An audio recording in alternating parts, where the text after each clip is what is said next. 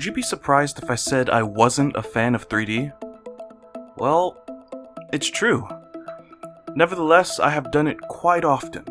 One part because of school and the other part because it can be a time-saving skill for artists. Such a time-saving skill that my feelings towards the medium are completely irrelevant. Also, I've done way too much to just toss the skill to the side. In this video, I will go over how I am using Blender to help me build backgrounds for my webtoon. But before we can do that, welcome to Edenwick, a creative knowledge center of exploration where I share my long and dangerous art journey, along with some lessons and tips that I learn along the way.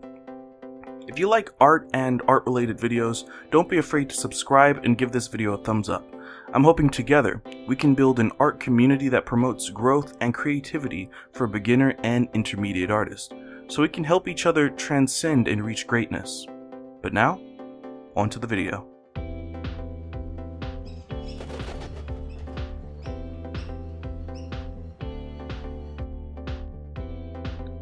There are a few videos out there about why you should use 3D to help with comic backgrounds, and even some explaining a little bit on how to do so. But everyone I watch skipped the actual 3D part. I couldn't find any information that helped me start working on the backgrounds myself. No step-by-step guides to at least push me in the right direction. So I will start by explaining the steps I took in order to get started and give a few tips to help make the most out of this process. But I will not be going over all the tools and basics of how to use Blender. If you've never used it before, you might want to find a beginner's tutorial that teaches you all the simple stuff to get you started. I will link the website for the free download below for those who might want to dip their toes in a third dimension. The first thing I do after opening the software is to set up the ground and to set up a height reference for a human being. Both can be done with the square you start out with. First, you take the square and make it slightly thinner and a little taller than it already is. You don't want the human reference to be too big because then you'll have to make the environment too big, which can cause navigation issues and even loading issues down the road. With the human block reference, we will be able to compare its height to the structures and things around it in order to make the environment more accurate. There are more accurate ways to do this, which would be preferred for actually doing animation and game projects, but for the sake of speed and simplicity, this is what I use for this project. To make the ground, you can duplicate the block using Ctrl D and flatten it. Then you expand it out until it's big enough to cover the primary part of your environment. Don't make the ground too big. Even with a bigger environment, you'll want to be able to find the edge of the shape. You also don't want it to be too thick because you may want to look under the ground from time to time. Once that is done, you can add another shape into the scene. If it's a building, use a cube, and if it's a tree, use a cylinder. Choose a shape that best fits what the final product will look like, and be sure to scale it in relation to the character block. Don't model anything just yet. Just keep everything blocky. Right now we are testing the layout and scale of everything in the scene to be sure it works well together. And we will continue to do this for all the main items in the scene. If you have specialty items that need to have a more detailed blocking, then go into edit mode to specify the form you are looking for by extruding faces and scaling them. But don't do too much detail, just enough for you to get a good reference on what you are looking at. Don't forget to zoom in close and view the scene from the character's point of view. When you're first blocking things out, the scene may seem too small, like the buildings and stuff aren't big enough. But that's just because we're zoomed out and looking at everything as if it were toys. When you zoom in, you can see how things would look from the character's and camera's point of view, and how it will end up looking when you use it to draw in your comic. When you get everything looking good in the scene, blocked out in the right locations and sized up correctly, then you can move to the next step. Or you can stop here.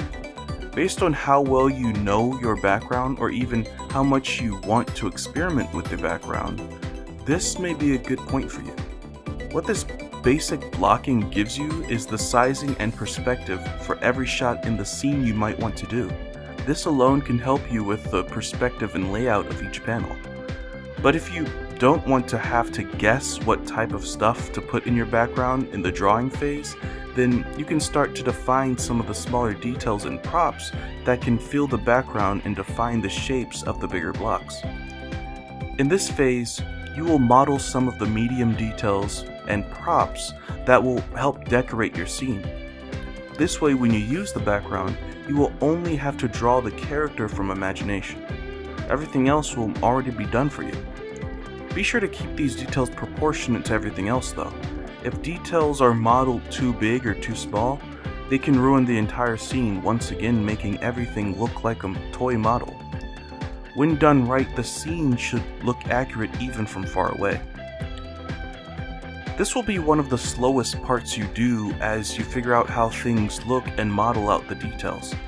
But it's important to remember that this is supposed to be a time-saving method for your comic, not an entire project on its own. That's where the final step comes in. And the step is to decorate the larger and more detailed parts of your scene with assets you find online. Ones that you either buy or are free. Modeling certain things like city streets and towns can take more time than needed, especially if the designs or locations are not that important. Grabbing and piecing together assets is a lot faster and often gives a lot more information to the scene.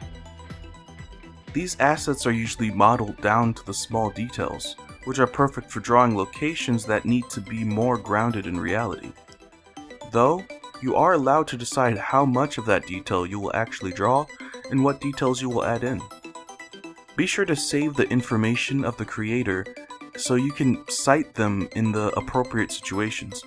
I don't believe it is necessary to cite them if their models aren't seen in the finishing result, but if you plan to stick closely to their designs, maybe you should from time to time. I will be citing the models used in this video since I am showing them. Be sure to read what credit is required by the creator. I got all my models for free on Sketchfab. Not all models on the site are free, but they have a lot of amazing models on there for no cost at all. I will link the site below.